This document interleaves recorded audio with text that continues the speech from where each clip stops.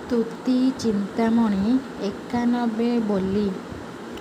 ବିଦ୍ୟାବନ୍ତ ପ୍ରାଣୀ ବିଦ୍ୟାକୁ ସାଧନ କରୁଥାଉ ପଛେ ସେହି ଅଲେଖ ମହିମା ଭଜୁଥାଉ ନିତ୍ୟେ ଗୁରୁ ପାଦେ ଚିତ୍ତ ଦେଇ।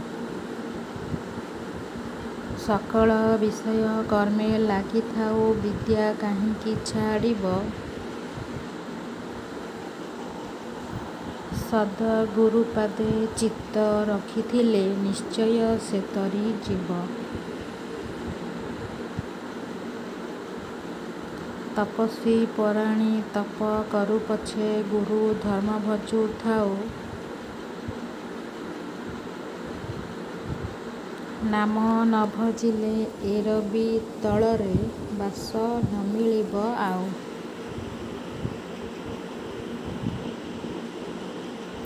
ଅନେକ କର୍ମରେ ଥାଉ ପଛେ ସେହୁ ଗୁରୁ ପାଦେ ରଖୁ ଚିତ୍ତ।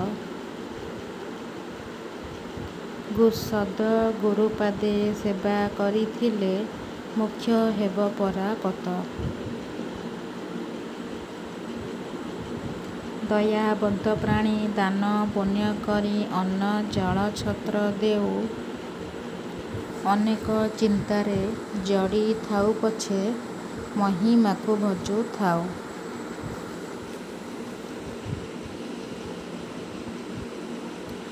ତେବେ ତାର କୀର୍ତ୍ତି ସୁଫଳ ହୋଇବ ନ ଯିବ ବ୍ୟର୍ଥ ହୋଇ।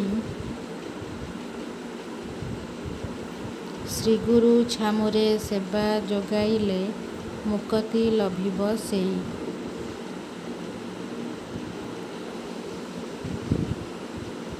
ଧର୍ମବନ୍ତ ପ୍ରାଣୀ ଧର୍ମ କରୁ ପଛେ ସକଳ ଜୀବକୁ ଚାହିଁ। ମହିମା ଧର୍ମକୁ ଆଶା କରିଥାଉ ଆତ୍ମା ପରେ ଦୟା ବହି। ତେବେ ସିନା ତାର କୀରତି ରହିବ ନ ଯିବ ବିହ୍ୱଳ ହୋଇ।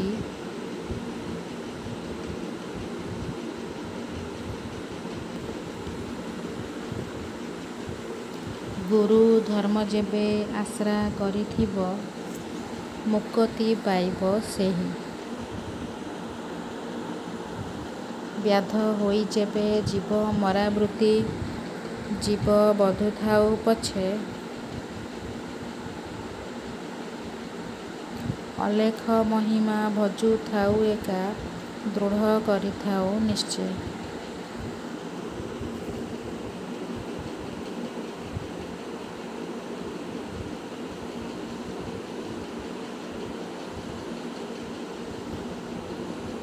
ତେବେ ସିନା ତାର ଜୀବ ବଧିବାର ଦୋଷରୁ ହୋଇବ ପାର। ସଦ୍‌ଗୁରୁ ଯେବେ ପ୍ରସନ୍ନ ହୋଇବେ ନିଶ୍ଚେ ହୋଇବ ଉଦ୍ଧାର। ଧୀବର ହୋଇଣ ମୀନ ମାରୁ ପଛେ ମହିମାକୁ ଥାଉ ଧ୍ୟାୟୀ। ତାହାର ବୃତ୍ତିତା କୁଦିଆଁ ହୋଇଛି କେମନ୍ତେ ଛାଡ଼ିବ ସେହି।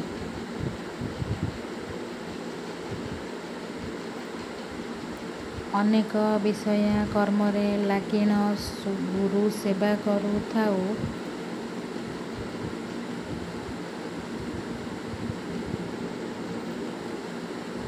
ଗୁରୁ ଚରଣରେ ଚିତ୍ତ ରଖିଥିଲେ କିମ୍ପା ନ ତରିବ ସେହୁ।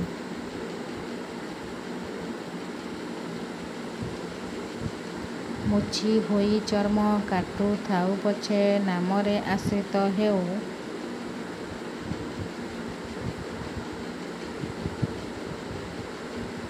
ତାହାର ବୃତ୍ତି ସେ କେମନ୍ତେ ଛାଡ଼ିବ ରୋଜଗାର କରୁଥାଉ।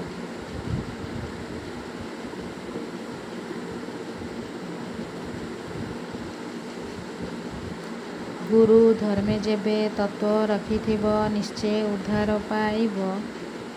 ଏ କଳି ଯୁଗରୁ ପିଣ୍ଡ ପ୍ରାଣ ବଞ୍ଚି ରବି ତଳରେ ରହିବ। ହାଡ଼ି ହୋଇ ଯେବେ ଦାଣ୍ଡ ପହଁରଇ ବାଡ଼ି ଘର ପଛେ ଖଟୁ। ଗୁରୁ ପାଦ ତଳେ ଚିତ୍ତ ବୃତ୍ତି ରଖି ଦୃଢ଼ ଚିତ୍ତେ ନାମ ରଟୁ।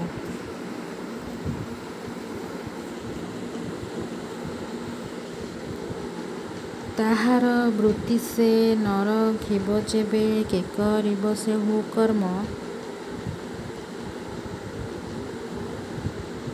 ମୁଖେ ଯେବେ ଗୁରୁ ନାମ ଜପୁଥିବ ଉଦ୍ଧାର କରିବେ ବ୍ରହ୍ମ।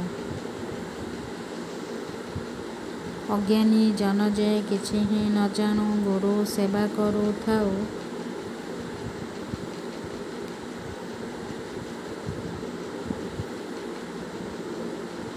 ଜ୍ଞାନ ଧ୍ୟାନ ଆଦି କିଛି ହିଁ ନ ଜାଣୁ ଗୁରୁ ଆଜ୍ଞା ଶିରେ ବହୁ।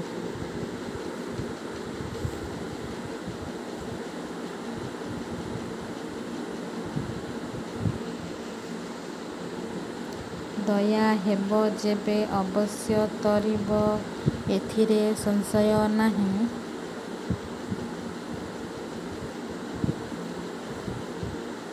ଗୁରୁ ପାଦେ ଯେବେ ସ୍ନେହ ରଖିଥିବ ବ୍ରହ୍ମେ ଲୀନ ହେବ ସେହି।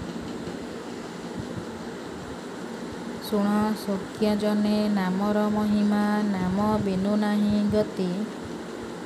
ନାମରେ ଆତଚା ତହେଉ ଅଛନ୍ତି ଚାରି ଯୁଗେ ଏହି ପୃଥ୍ୱୀ।